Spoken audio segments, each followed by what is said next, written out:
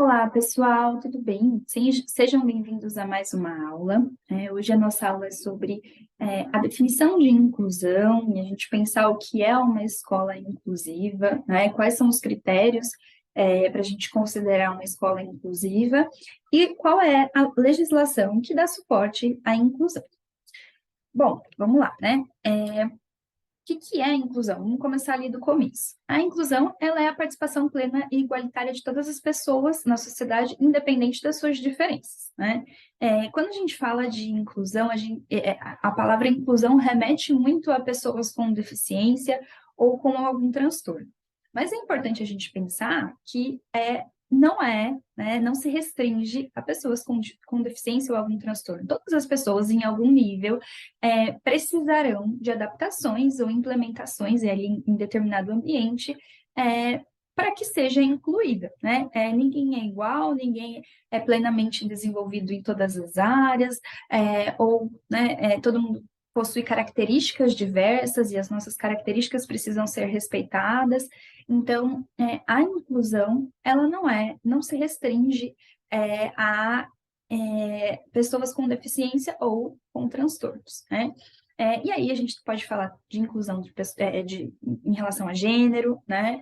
Que a gente sabe o quanto a população LGBTQIA+, é discriminada, né? E colocada nas margens, né? E não existem muitas políticas para incluir essa população de raça, né? De idade, de orientação sexual, de deficiência, enfim, né? Então, de forma global, generalizada, né? Como é que, quando a gente pensa se uma instituição ela é inclusiva, como é que ela recebe todas as diversidades, se ela é uma instituição aberta a fazer adaptações, de acordo com a individualidade de cada membro. E aí, né, quando a gente pensa em escola inclusiva, que a gente precisa se atentar, né? Eu vejo uma preocupação muito grande de pais, né, de familiares, de crianças neurodiversas, na hora de escolher uma instituição de ensino. Então, tem um olhar mais atento se é uma escola acolhedora, se é uma escola que vai ser aberta à equipe que faz parte, né, do tratamento daquela criança, se é uma escola que tem políticas mais sérias, né, contra bullying, e não só uma atenção voltada para o currículo escolar, para a parte pedagógica.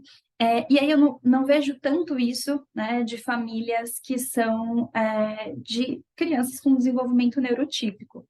Parece que o olhar é mais voltado para as questões pedagógicas, mas a gente precisa lembrar que a escola, ela não é um ambiente que é feito somente para ensinar práticas acadêmicas e pedagógicas, né? A escola é um ambiente de socialização, é como se fosse uma mini sociedade. E aí, que tipo de sociedade você quer que a sua criança, o seu filho vivencie, né? Então, é na escola que as crianças aprendem ali, começam a aprender os seus primeiros valores, né? Respeitar as diferenças, conviver com as diferenças, porque até então em casa, né? Todo mundo igual, né? Então, a gente tem que pensar na escola para além da vida, da visão acadêmica ali, da visão pedagógica, né?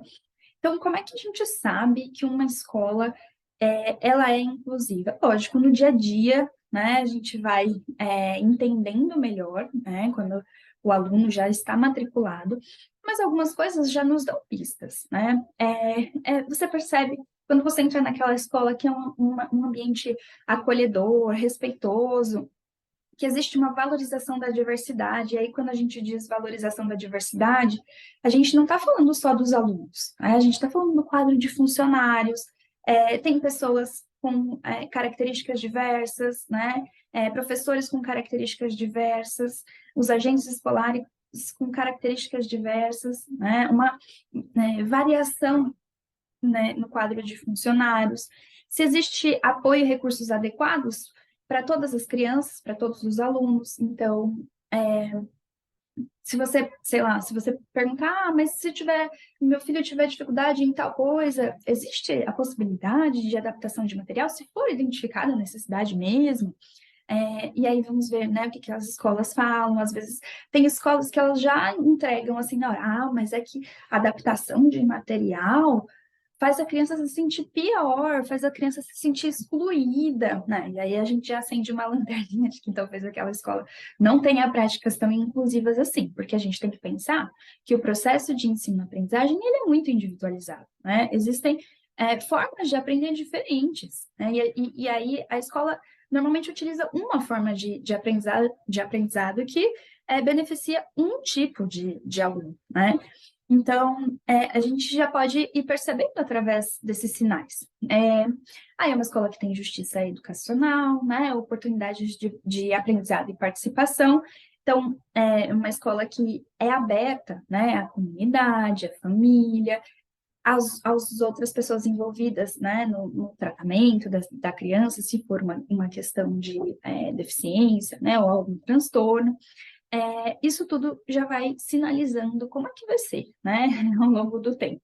E se é uma escola que quebra barreiras, né, não é uma escola que se restringe ao arroz com feijão ali, né, então eu entrego o que é meu, né, da minha parte, que é a parte pedagógica, e aí é aquela escola que só faz encaminhamento, encaminha para o fono, encaminha para o psicólogo, encaminha, o que não é um problema, se a criança de fato precisar, mas é como se fosse uma escola que está sempre terceirizando a responsabilidade, né? Como se a escola não tivesse responsabilidade em participar, né? daquele processo, individualiza o problema. Não é? O problema não é a instituição, o problema é pontual, é a criança, né? Então, é a forma de aprender dessa criança. Então, é importante ter esse olhar atento. E eu acho que mesmo que, né, você observe aí que o seu filho, a sua filha, é uma criança que nunca apresentou dificuldades escolares, que nunca apresentou dificuldade de socialização, como disse, a escola é um convívio social, né? É uma experiência social. Então, se você quiser que o seu filho esteja, né, numa escola em que só existem crianças iguais a ele, crianças que aprendem da mesma forma que ele ou ela, né? Você não está ensinando a sua criança a conviver com a diversidade, né? E que valores são esses, né? Então, resumindo tudo isso que eu falei, a escola, inclusive, é aquela que é regida pelo princípio da equidade, que é a gente oferecer as mesmas oportunidades para todos os alunos, né? Para que todos eles cheguem, né? Tenham a possibilidade de chegar no mesmo lugar, só que tendo consciência de que nem todos partiram do mesmo ponto. Então, às vezes, a gente precisa fazer adaptações para que todos consigam chegar lá, né? Adaptações diferentes. Bom, então, qual que é a lei, né, que a gente pode recorrer quando a gente fala de inclusão? Normalmente, quando a gente vai nas escolas, né, e aí as escolas falam, não, mas aqui a gente não faz adaptação de material, a gente não faz isso, a gente não faz aquilo. Não, mas não tem como ter um agente de inclusão porque é muita criança. É lógico, eu não vou ser, né, hipócrita de não reconhecer, né, que existem privilégios, né, da gente pensar que em algumas escolas a gente consegue batalhar para que isso aconteça, né? Numa escola pública a gente tem que, né, batalhar ali, mas aguardar, né? Então,